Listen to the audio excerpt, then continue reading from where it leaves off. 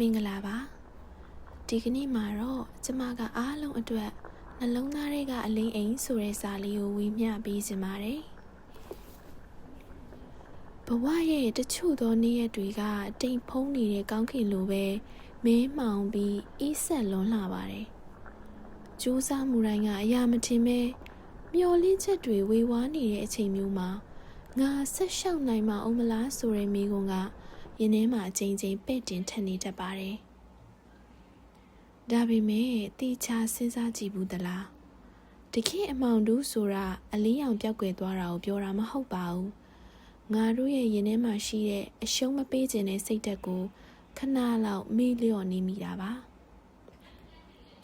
လေကျဘူးတဲ့တရားတွေကမင်းကိုအားနည်းအောင်လုပ်နေတာမဟုတ်ပါဘူးပိုပြီးကြက်ခိုင်လာဖို့သင်ခန်းစာပေးနေတာပါနေမင်းကြီးဟာညမောင်မောင်ကိုဖျက်ဆီးပြီးမှပဲ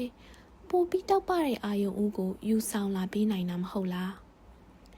ဒါကြောင့်မင်းရဲ့ခီးလမ်းမှာဘလောက်ပဲမောင်မိုက်နေပါစေကိုယုံကြည်တဲ့အလင်းအိမ်လေးကိုတော့ဘယ်တော့မှအမိတ်မခံပါနဲ့နော်